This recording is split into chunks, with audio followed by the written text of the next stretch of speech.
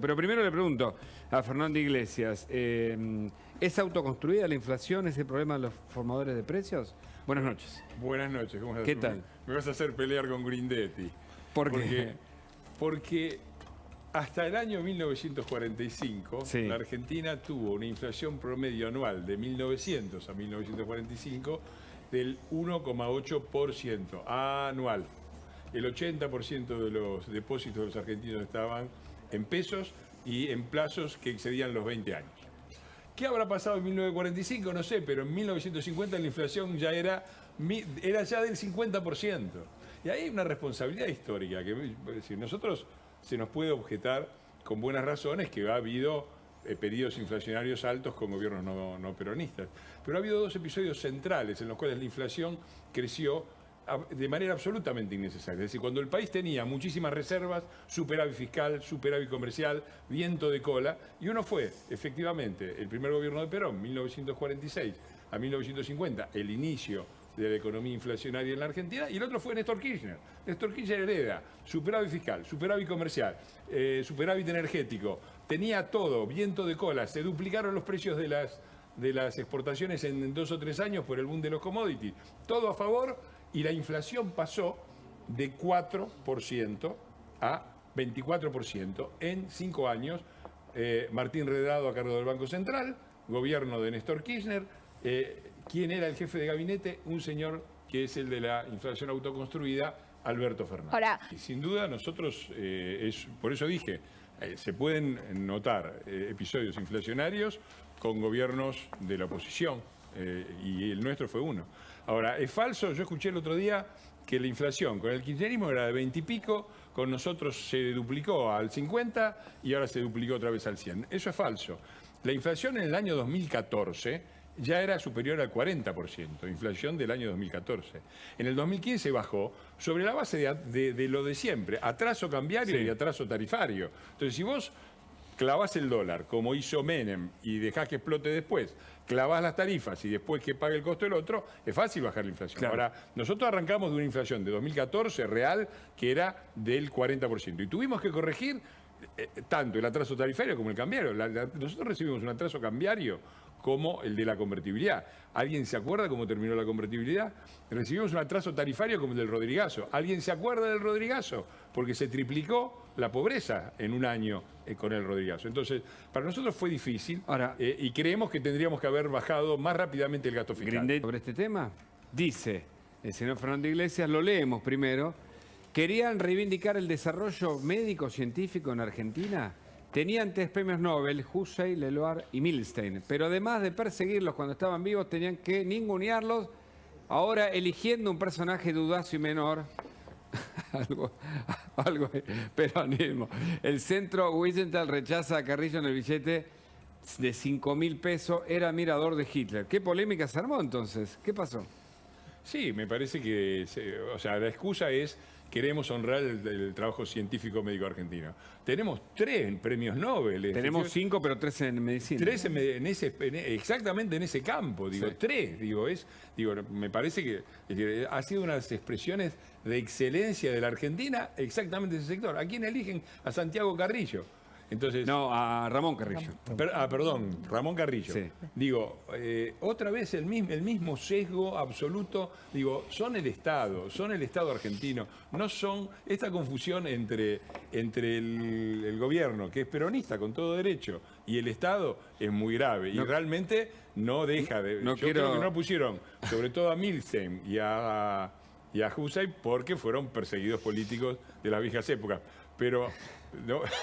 Grindetti está levantando la mano. No, 2007 el kirchnerismo invitó a los jubilados que querían pasar del régimen privado de jubilaciones al régimen público. Y tuvieron un éxito, creo que el 20%.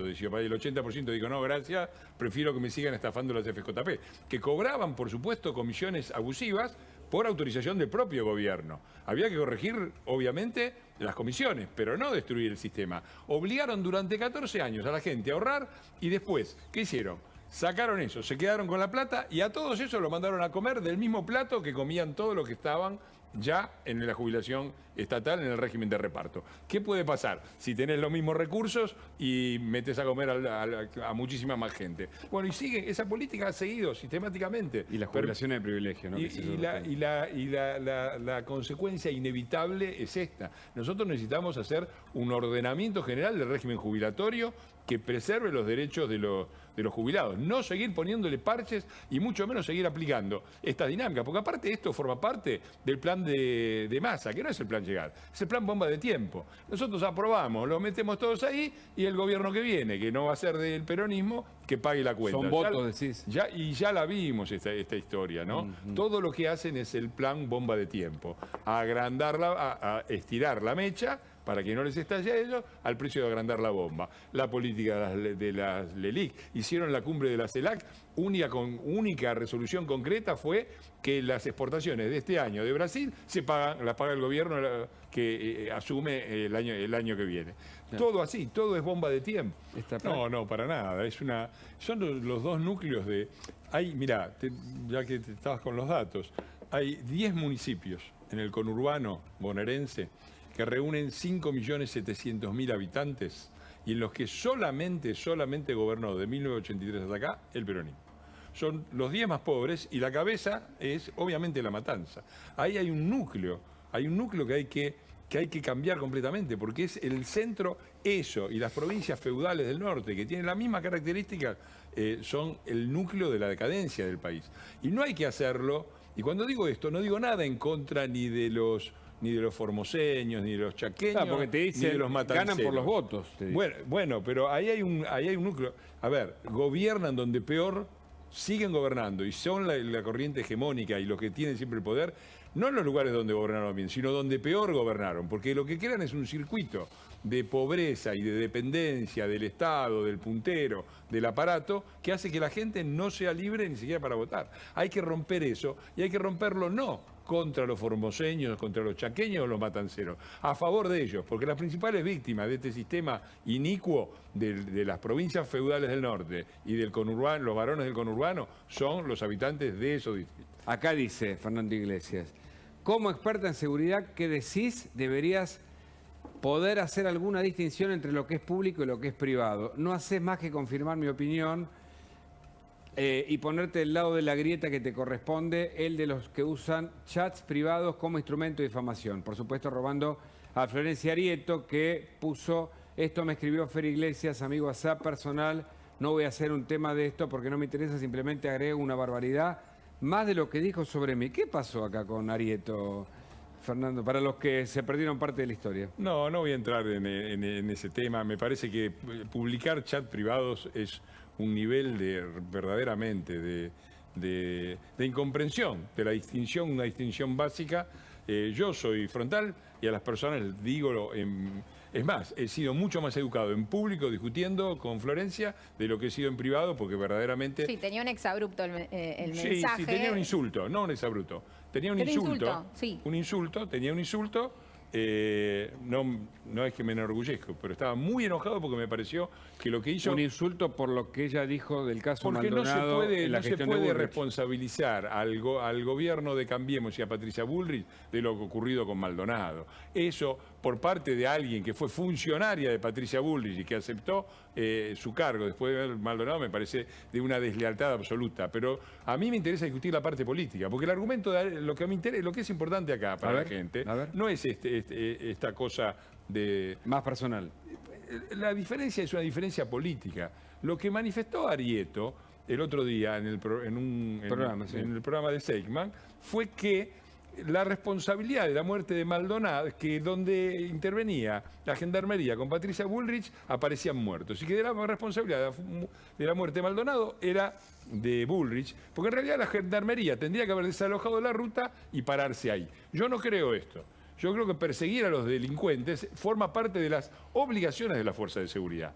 Y por supuesto, no se puede hacer responsable de la fuerza de seguridad si un chico que no sabe nadar se mete en un río helado. Entonces, dar vuelta a esto y poner otra vez en crítica al gobierno de Cambiemos, en lo que además fue una operación escandalosa, porque esto se armó durante las elecciones, durante todo el periodo eleccionario, que llevaba a las elecciones de 2017 y recién cuando 55 peritos dijeron que se había ahogado solo, incluidos los de la familia, se desarmó. Y eso fue a pocas horas, a un día o 2 días antes de las elecciones. Entonces, avalar toda esta operación del kirchnerismo, poner en cuestión una política de seguridad me parece grave.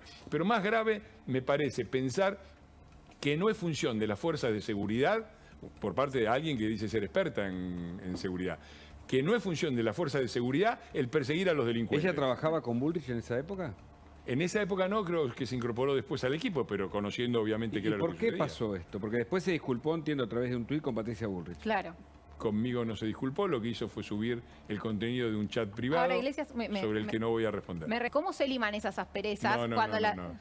¿Cómo se liman esas asperezas de cara a lo que se viene? eso no es correcto, eso no es correcto. Pero hay un insulto en esa conversación. A ver, esa conversación es una conversación privada. No, claro, Que no- totalmente. Yo entiendo que vos decís no tendría que haber trascendido públicamente. Ahora, mi pregunta es Efectivamente. cómo, evidentemente eso marca Yo no que tengo- hay una rispidez. Obviamente. ¿Cómo se liman esas asperezas? Yo no tengo de ninguna cara a lo que se aspereza viene? para limar con Florencia Arieto. Me parece una persona que lo que hizo es incalificable y no tengo ninguna estima por ella. Claro. Ahora, permitime, ¿no? A mí me parece que acá hay también una forma de análisis generalizado en el periodismo que es cerrado.